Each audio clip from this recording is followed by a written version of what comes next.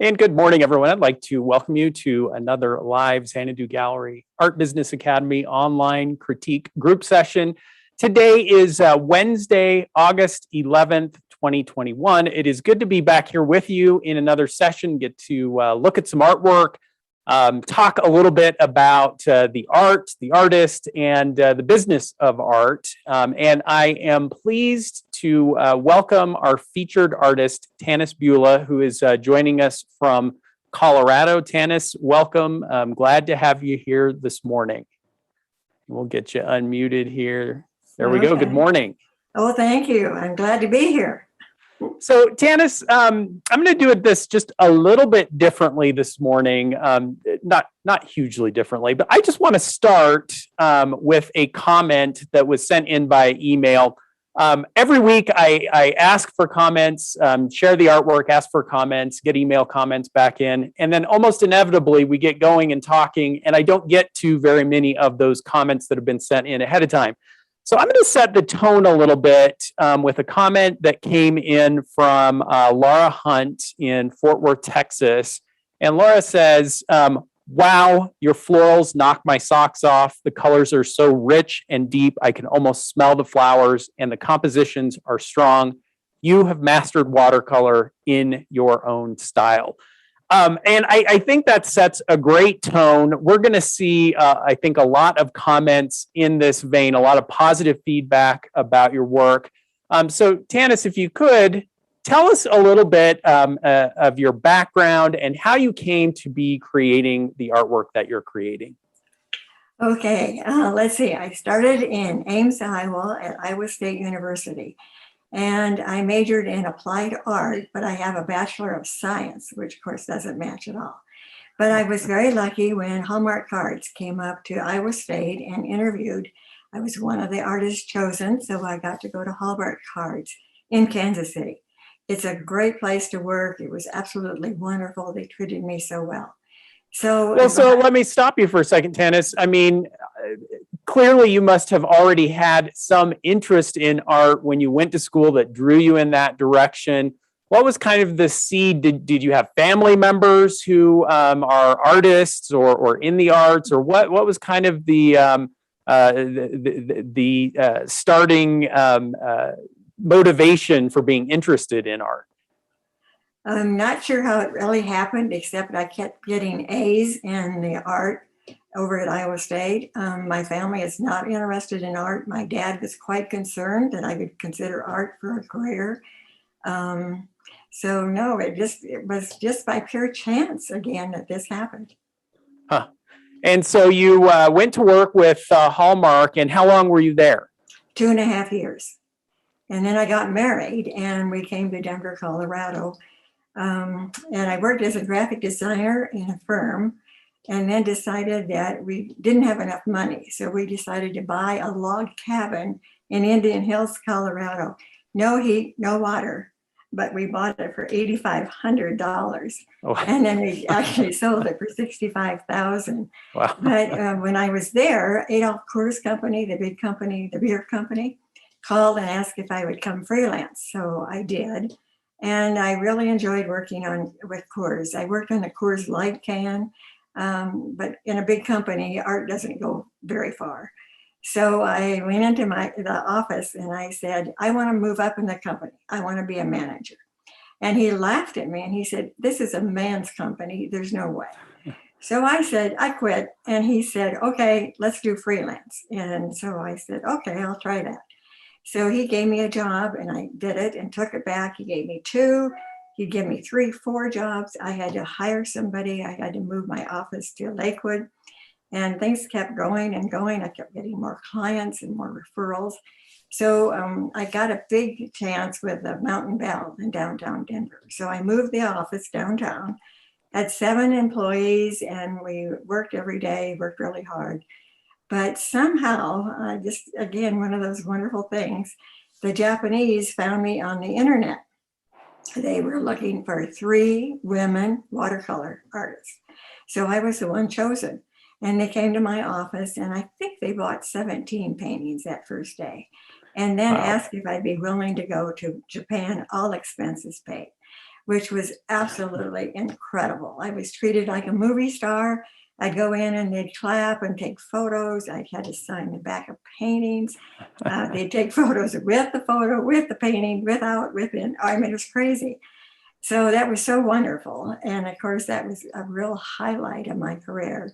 They came back one other year and wanted 30 paintings, and I was able to produce those. So I'm actually very in tune to projects. So then I started teaching in Grant Ranch, and that's where I really learned to paint, because every Friday I had a new project. I had to paint it first and then go back and teach it. So my daughter and I like to travel, and we've been all over Europe and the Caribbean, Mexico. So I take photos and bring them back, put them on the computer, work on Photoshop, and then paint from the photo. And so you've had to, over the course of your career, kind of strike a balance, it seems, between work that you were doing, commercial work, and kind of building your business, and then also creating more fine art. How did you find that balance, and how has that changed over the years? Let's see. I started taking workshops that really helped. I took from Charles Reed. A lot of people know Charles Reed in Maine. I took one in Mexico. So that really became an outlet for the stress. I would go paint what I wanted to paint. When you do work for other people graphically, you have to have whatever they want. If they want big type, you have to put in big type. And so I didn't like that as much. It took, over the years, I would say, a lot of challenges and confidence to change from being a graphic designer to being an artist. That becoming, in essence, your own client. Yes. Yeah.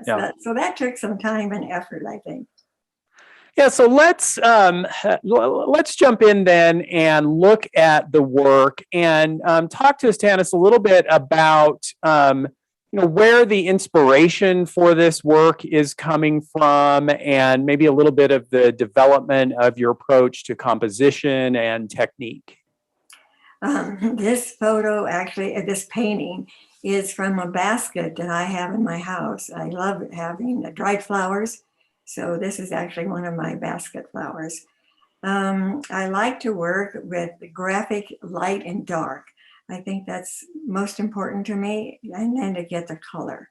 So I start out with the lights, but then really quickly put in the dark, so I know where I have to balance. The peonies actually came from somebody's garden, and I was so intrigued with the buds. I think ants have to come to the flower and make that flower open, which again is so wonderful. The idea that nature is making that happen. And so you mentioned, are you primarily working from photos then? You get a photo of your subject, work with the photo, and then work from that photo to create the final composition. Right. And I do most of that on the computer in Photoshop. And why watercolor? Oh, that's a good question. I like watercolor because of the transparency, and because I can put on the colors directly, not have to wait for it to dry. It doesn't smell. So I think I'm a direct painter rather than a layer painter. So I want to get that color on the first time, and that seems to work the best for me. And it doesn't take a long time, so I can paint these paintings in 2-3 days. I often work on 3-4 paintings at a time, and they're shuffling in the office, going from the table to the drawing board to the standing up thinking, what am I going to do next?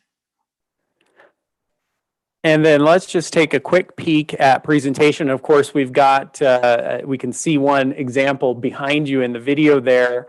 And then talk a little bit about how you arrived at this presentation with the dark, fairly simple molding that you're using, and the matting.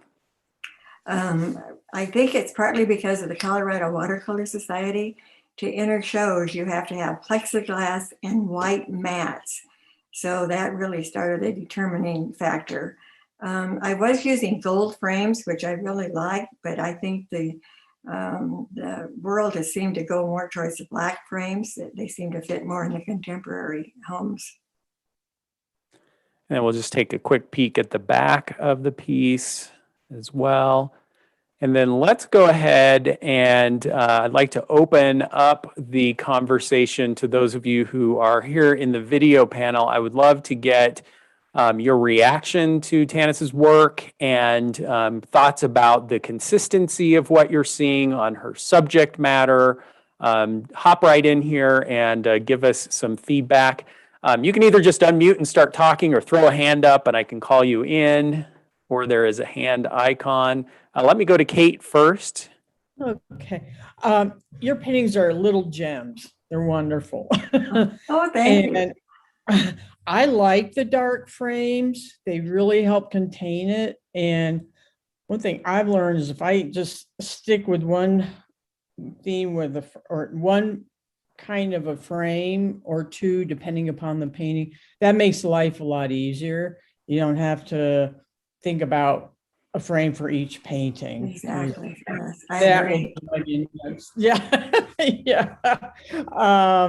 But those are just beautiful, and you have far more patience than I would. Yeah, that's a couple of interesting comments. And let me echo first that, and this will not be the first time that I've said this, but that I agree with Kate's sentiment that if you can simplify your choices in terms of presentation and have as few different options for framing, or if you're not framing, for the format of the work that you're doing. Yes, it simplifies your life. It also feeds into the consistency of the work. And I think a lot of times, you know, as an artist, as you're framing your work, there's a temptation to think, ooh, if I just find the perfect molding, you know, for this particular piece of art, that's going to be what really helps knock it over the finish line and get it sold. And yes, certainly that can happen, but I think what happens far more frequently if you're really jumping around and doing a lot of different moldings is that and we've all experienced this, no matter what you choose, it's going to be wrong for the person who looks at it, right? Right. Oh, I wish it was, you put a gold frame on it. I wish it was just a simple, more contemporary. My home is more, or you put the black frame on it. Oh, we need something more traditional and ornate. Better to have a consistent baseline of framing that's consistent so people can get the vision for the work. A lot of times that consistency helps reinforce to the client that you have a vision for your work, and that vision will sell itself to them then, and a lot of times they won't end up reframing it, or if they do want a different frame, it's not that big of a deal for your gallery or for you to help them get it to a framer and have it reframed to something that will work for them. But at least you're eliminating a lot of confusion that comes from you know, jumping around to a bunch of different frames and just keeping things simple. So I echo that. I think it's a good idea to strive for as few as possible. It doesn't necessarily have to be just one molding. Maybe you have 2 or 3 that you can select between. But the more consistent you can be there, certainly the better. Now, I just spent so much time talking about that, I forgot the second point that I was going to make. But let me pull some of the rest of you in and get your comments on the work itself. Do you like it, not like it? What feedback would you give? Beverly, let me go to you, and then I'll go to Lisa. Yeah, I really like it. And what I find very striking about it is the use of the darks, because so often in watercolor, you get this, the lights are used very well, the transparency is used very well, but you don't have the strength that you're getting here with the using, I don't know whether you're using pure black or what it is, but I find that works really, really well, and it makes the paintings very striking. And I think because of that, your use of a black frame is very good. And a gold frame would not be as effective. So yeah, I think you're doing really well. Thank you. Good. Thank you, Beverly. Lisa, let me go to you. Should be, there we go. Gotcha. Just pretty much echoing Beverly's comments. I love the contrast. The black backgrounds are very dynamic, makes the colors pop out. I love the watercolor. I admire that very much because I find that technique very difficult. And I love the contrast with the white mat and the black frame. It ties the piece in perfectly, and your consistency is amazing. So wonderful. Awesome, thank you. And so far we're hearing lots of accolades and positives. Let me go to Bill, and then I'll go to Jill. Oh, Bill, should be asking you to unmute now. There we go. Again, I very much like your work. I think, for example, exactly the painting that's showing right now, Lilies in Light with the black background, to me was the perfect use of black. The one we saw before with poppies, I was disappointed with the black. I would have liked to have seen a different dark color. And I'm wondering if you've looked at different dark colors rather than just black, and why you choose black. Is that because I like the light and dark? You're talking about it, you're light and dark. I also understand where the Japanese are coming from, why they like your work, and it makes sense. But I'm just thinking about other dark colors for the background rather than black, even a transparent deep purple or something. I'm just, some violas in there, but I don't know.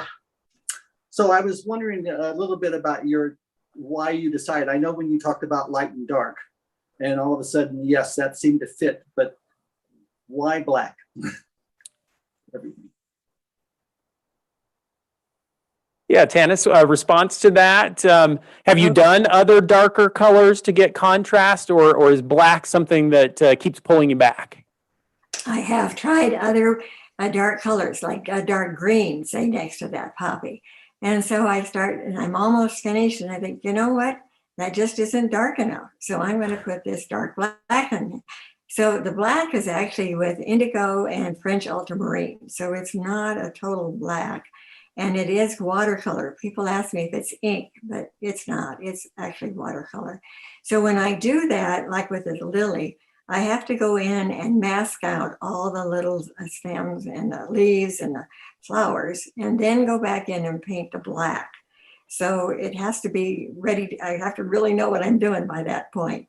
So then when I take off the mastic and it just pops, I say, oh, this is it. This is a good thing. Good. Excellent. Jill. Oh, go ahead, Bill. I'm sorry.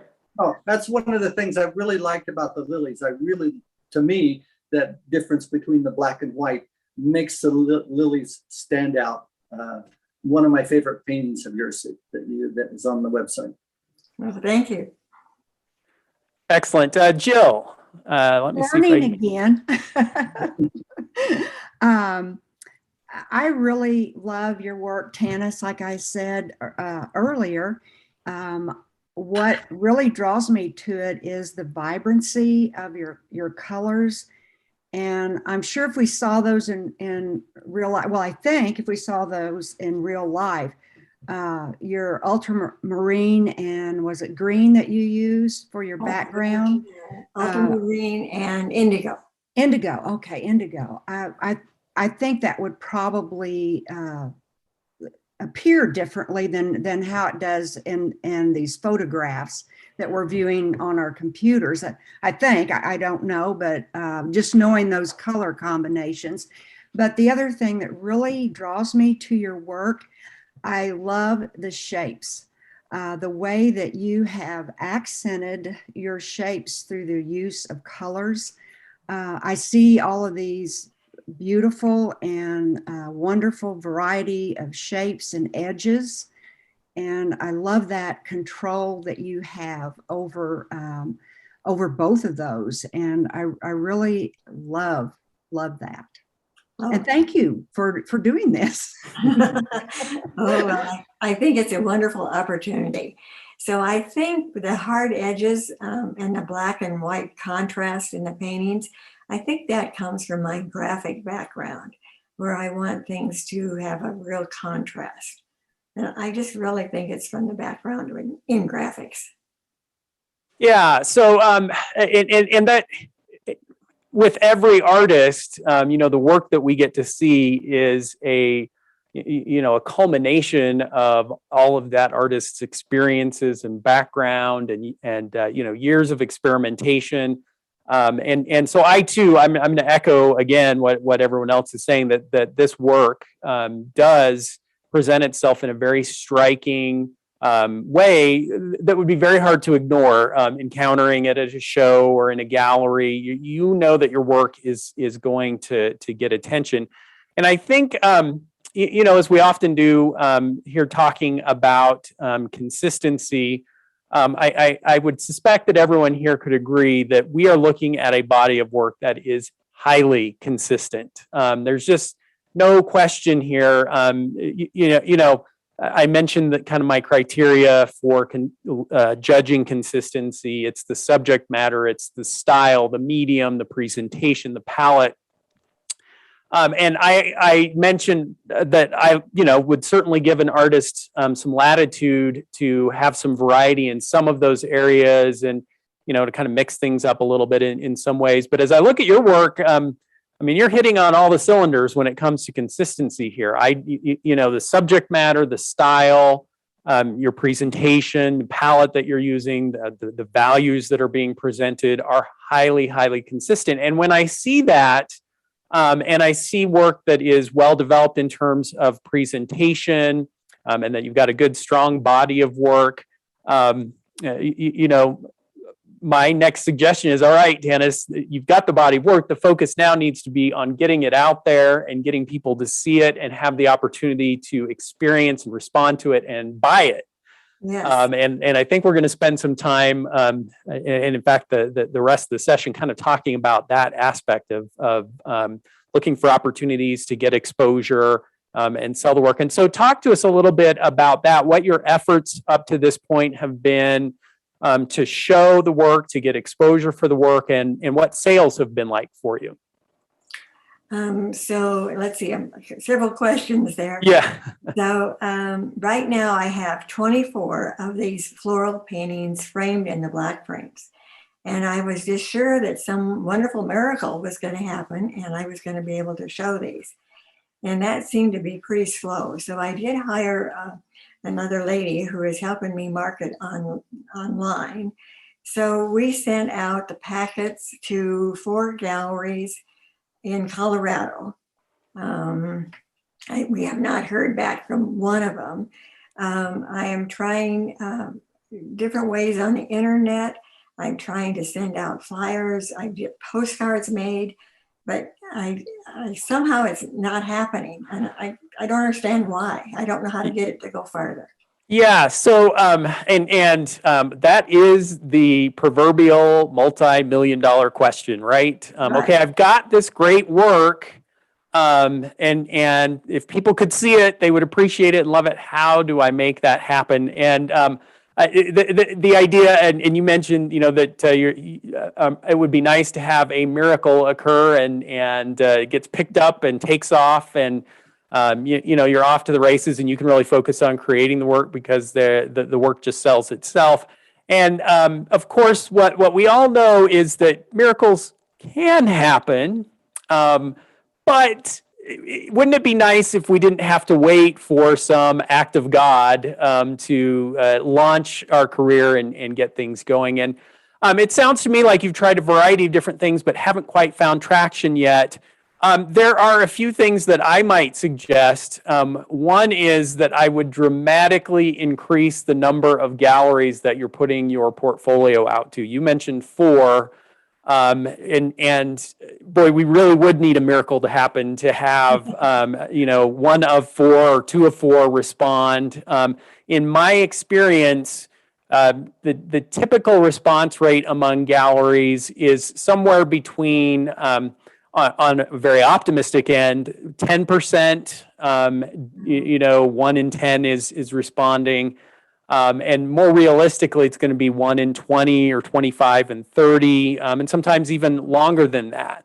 And so with that in mind, my suggestion for an artist who's looking to get into galleries is to create a digital portfolio, Right. so that you can very easily get that portfolio out there, and then blast it out to dozens and dozens of galleries. The number I like to throw out there is 100. If you have a list of 100 galleries that you're getting your portfolio out to, you're going to dramatically increase the likelihood that you're going to find those galleries that are going to respond. And of course, the second part of that is that don't just send that portfolio one time and hope for the best. I recommend that you do some real follow-up and send the portfolio to each of those galleries multiple times and give them the opportunity to respond. Now, some of what I'm suggesting, I suspect, is going to resonate maybe just a little bit from interaction that you've had from the graphic design and advertising world, in that in advertising, it's all about repetition and dissemination and getting the numbers out there. And for you as an artist, I'm going to suggest that it's going to be the same kind of thing. That we want to get the work out there to as many galleries as we can. Now, I do also want to talk just quickly about pricing and how you're valuing your work. Talk to us a little bit, and let me pull the images back up, Tanis, about how you've arrived at the price point that you have this work priced at here, and what your approach is to valuing the work. Let's see. So these paintings are fairly big. They're 20 by 20, and in the frame they get to be about 30 by 30. So I keep hoping that as I sell more at the 1,500 price, I can go up to 1,750. So that's kind of how it's worked. I would sell them at 900, then I went to 1,200, and so now they're selling at 1,500. Of course, not as many as I would like, and with COVID, everything kind of shut down. I do have 12 paintings down at a restaurant, Bruno's on South Broadway, and I do sell out of there, but of course with COVID, nobody could go in, so that kind of ended that idea. I get a little concerned with the galleries because I think they're going to take half, and then I pay for the frame, which is about 200, and then if I've got shipping, I don't know. It seems like my profit goes down and down and down. Yes. So I'm glad you mentioned that. I mean, that's a concern that every artist who's considering working with galleries has to face. Okay, a gallery is going to take a 50% commission. So if I'm selling at 1,500, my net is going to be 750. I take 200 out for a frame. There I'm down to 550. If I've got to ship it, it's $100. There's 450. And boy, all of a sudden, you start thinking about studio expenses and other materials, and your profit margin starts getting pretty small and dwindling away. And there are kind of two ways to think about that. One is that as you're showing with the gallery, you're hoping that, yes, I'm giving a commission, but also I'm hoping that I'm going to dramatically increase the number of sales that I'm making. The hope would be that this gallery is getting a constant stream of clients coming in and seeing and being exposed to the work, that they're employing their sales skills to make more sales happen, that maybe they're even better at selling than I might be on my own. And so they're starting to increase the volume. That increases demand for the work, and that allows me to hopefully, as you were mentioning, start to increase the prices more quickly. Okay. And so that would certainly be one aspect of it. The other aspect of it is that, and you're experiencing this right now, is that you realize, boy, it's kind of hard to get my work seen and sold. It takes time, it takes effort and energy and creativity. Boy, if I think about all the time that I'm spending doing that, that's time that I'm not spending creating artwork. That's energy that I can't put towards my artwork. And so in some ways, I suspect that if you did the math on the time that you're spending, you would find that more than half of your time in order to get sales going would be spent on those efforts. And you start to say, okay, this just means that I'm hiring the gallery to take over that aspect of it. And my net is going to go down, but my time is going to go up, and hopefully my production would then go up. So there's a lot at play there in that calculation. And when I'm advising artists on thinking about, boosting their sales and increasing their business, I'm not suggesting that the strategy should be 100%. I'm only going to let galleries sell my work. I'm not going to do anything on my own. I think an artist is wise to kind of have a hybrid approach where they're building their own collector base and their own email and newsletter list. But that by having galleries in the mix, you really start to have the ability to multiply your marketing efforts and start to make up on that.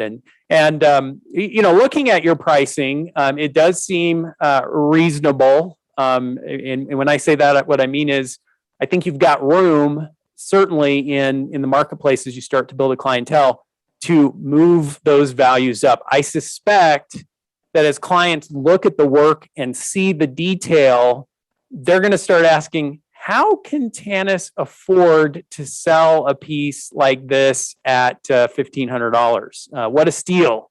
In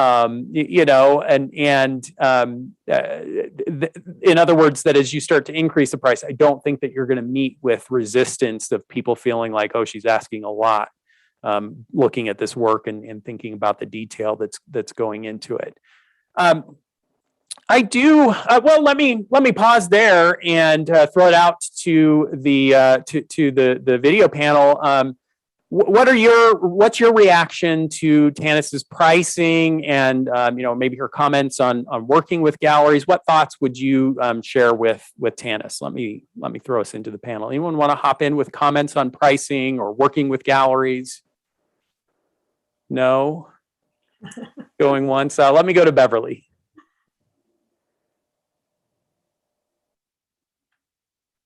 Oh, but it looks like you unmuted and then got muted again, Beverly. Let's try it one more time. There we go. Now I've got you. Yeah, good. Yeah, just a quick comment. I had a look at your website, and the pricing on your website is inconsistent. So some paintings of the same size are being offered at different prices. And I think that's one thing that you can do, is just make sure that you've got a uniform price so that you look confident, and don't think that, oh, that painting's a bit older, so therefore I'll sell it at a cheaper price, because it's actually just as accomplished. So that's my quick comment. Yeah, and we saw that even looking here, and I suspect, is Beverly right that if we see some of the pieces that are at lower price points, that might be because they're older pieces? Exactly. I got caught. Yes. Yeah. And, it's a great point. And there's there is a temptation to kind of think, well, my newer works are better, or, I'm increasing my prices. So going forward, I'm going to start charging more and then leave the other prices behind. But what we don't want to do is, especially in a gallery setting, but also, if you're at an art festival or a show or even an open studio event, and you've got work at the same size at different prices, our tendency is to think, oh, well, someone will think they're getting a great deal because they can buy this one at $1,200 instead of $1,500. And what I find is, instead, they ask themselves, well, I like this one, but it's only $1,200. What's wrong with it? And boy, we just don't want to plant that seed of having them thinking that way. I agree with what Beverly's saying, that, the only way that we know that the pieces are older is because they have that lower price point. So I might suggest that job number one, leaving this session today, would be to hop on your website and bump those prices up to match and be in line with the other price points on your work. That's one very simple thing that you could do, and that everyone here could do if you've got old pieces hanging around at lower price points, is to just bring them in line, and you'll find that you're just not going to meet with any resistance. Nobody's going to say, hey, this one looks older. Why is it the same price? They don't look at the work that way. Okay, I definitely will do that. Good. That's our homework. Now, you had some, and in fact, let me just pull them up. You had asked several questions when you submitted your work, and I wanted to, in the few minutes that we have left, I just wanted to hit on these points. We just talked about pricing. You said too high or too low. I don't think you're way out of line to where you would need to, be in a panic that, oh my gosh, my prices are way too low. I think at that $1,500 price point for a 2020, you're definitely in a range that's workable for you and for galleries. And so I don't think it needs to change, but you also definitely have some room for upward movement. And that's not a bad thing as you're building a following for your work. That 1,500 for a 20 by 20, that puts you somewhere, quick math, that's got to be in the 350 to somewhere between $3.50 and $4 per square inch. That's a pretty, pretty good starting point for a work of that scale. And so, like I say, it leaves you some room for moving up. Second question, this is a good one. I'd like to know if watercolor paintings will sell in galleries. And how do I find the galleries? And so this is a pretty common question, and it's a question I get not only for watercolor, but basically anything that's not acrylic or oil. The artist is going to ask this question. Oh, I'm working in pastels or gouache or graphite or some other medium. Can it sell? And my response is that yes, definitely it can. And all you have to do is a little bit of research. And I encourage every artist to do this. If you're working in a medium that's a little bit outside the mainstream, spend a little bit of time doing some market research. Do some Google searches for artists who are working in your medium. And if you can find some artists who are working in your medium and who are using similar techniques or similar subject matter, you can start to get a sense of the viability of that medium. And I think that's a good exercise for every artist to do, to be able to see, hey, there are some other artists out there who are doing florals in watercolor and are selling. I can too. And that research may give you some insights into some galleries that you would consider approaching. A lot of times galleries will kind of have a stable of artists who are working in a similar vein, or at the very least, it'll give you the type of gallery that you might want to look for. It will also give you some insights into how they're pricing and presenting their work. So you can get a lot of value out of that, but you will definitely find watercolor selling. Again, I would suspect that you chose watercolor for a very specific reason, in that it gives you the ability to achieve your artistic vision. And so that being the case, we just want to find a clientele with whom your artistic vision resonates. And so it's just a matter of doing some legwork and reaching out to a good number of galleries. Social media marketing can be another way to get some followers going, but you will definitely be able to find an audience out there. I can't say that Xanadu Gallery carries every medium and type of work, but we do carry watercolorists and pastelists, and we have clientele who are very excited about those kinds of media. Third question, how do you ship frame paintings out of state? Seems so expensive. Yes, that is definitely going to be a cost and one that needs to be considered. But even in the brief 30 years that I have been in the art business, in the gallery business, we've seen the relative cost of shipping come down fairly dramatically. And it is far less expensive and less complicated now to get artwork shipped than it was when I started, or let alone before that. If you can come up with a system where you can find a supplier and if you've got standardized sizes, this makes it even easier, where you can just buy the boxes in bulk and come up with your own system for wrapping and shipping that work. You can definitely get the costs down and make them a manageable part. But those costs do definitely need to be considered as you're thinking about your profit margins and your pricing strategy.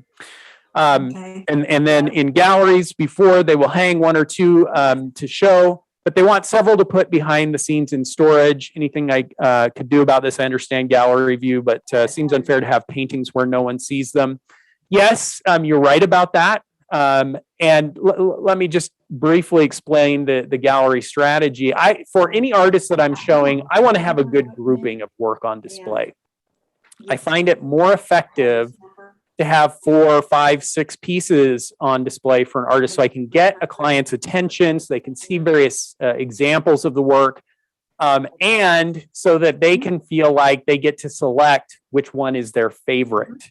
That effect of being able to select from among multiple options creates a stronger affinity for a piece of artwork. And that being the case, especially as work begins selling, I definitely want to have some work on backup. As work sells, I need to be able to immediately replace that artwork on the wall so that I continue to have the selection available for the client. So you're right. There is going to be work in the back room, in storage, but think of that inventory not as inactive or out of play, but instead waiting in the wings to hop in and become an active part as work sells. Now, the one other thing that tends to happen is that as I'm displaying several pieces of an artist's work, clients will look at it and they'll say, oh, I like these pieces. These are nice. Boy, none of these are quite exactly what I'm looking for. And I can say, aha, guess what? I have 3 additional pieces. Let me bring those out for you to take a look at them. And that can provide an additional opportunity. These pieces just came in, they're waiting in the wings. And then, they can kind of feel special that they're getting to see that work. And we often sell work out of our storage bins in that kind of scenario. So I wouldn't worry too much about work being, not actively displayed. And then plexiglass versus glass. I will tell you, I work with artists who use both. Of course, plexiglass offers the advantages when it comes to shipping of not having to worry about breakage quite as much. It maybe doesn't have quite the same optical qualities that glass does, so it may not be quite as optimal for showing the work. But I would suspect that with work like yours that is so bold and has such strong values, that plexiglass is not going to be a major handicap for you. And so I might suggest starting with plexiglass. And if you have some galleries that say, oh, we would prefer to have glass, you could either make arrangements for the pieces that they get to have switched out, or you could just let them know, hey, as soon as you sell it, we can work with a framer and switch it over to glass at that point. But my clients, most of the time, don't particularly care, unless you have a very compelling reason aesthetically for preferring glass. My default might be to suggest that plexiglass offers some advantages for logistics. Okay. Boy, I'm out of breath, Tanis. So those were great questions and a great conversation. We've done it and gone over time a little bit here. But Tanis, I would just encourage you, and I suspect I'd get an echo from the panel here, to keep creating the awesome work that you're creating, but that it might be time to spend some focus on really pushing to get your work out there, both into galleries, but maybe also considering doing more shows. And you've got a good body of work right now. That's not the problem. The challenge and opportunity is to get it out there and get people to see it. Right. I think that's the challenge, because I don't even know if I want to paint right now, because I need to get these paintings out and going. Yeah, and so I might suggest that maybe we'll give you 2 pieces of homework, and maybe there are others of you here that are at a similar point where you've got a body of work that you feel like could be gallery ready. And so that being the case, the number one homework is to standardize your pricing, get all the prices equalized. And then number 2 would be to start working on a list of galleries, again, 100 galleries that you could put your portfolio out to. And starting that way, kind of, I think, would put you in a mindset of that you need to be in order to get the work out there. So pricing, I might also suggest creating a digital portfolio if you don't already have one, and then building a list of galleries and getting that portfolio out there. So there's your homework, Tanis. I would encourage you to kind of focus on that. And thank you so much for sharing your work and giving us the opportunity to get a little bit of background and some insights into your creative process. Well, thank you. I definitely have some homework to start, and it gives me a new project to work on. So I will Good. start right away. Awesome. Well, we'll look forward to keeping in touch and hearing about your successes. And thanks for joining us, everyone. We will be back here next week. Next week's session is an Ask Me Anything session. So there will be a form up on the website later today or tomorrow that you can submit your questions for the session, and we can talk about anything. Questions that you have from sessions that we've had here or about your own artwork. So it's a great opportunity to have a wide-ranging discussion about your concerns in the art business. Again, thanks for joining us, everyone. Have a great week and keep creating.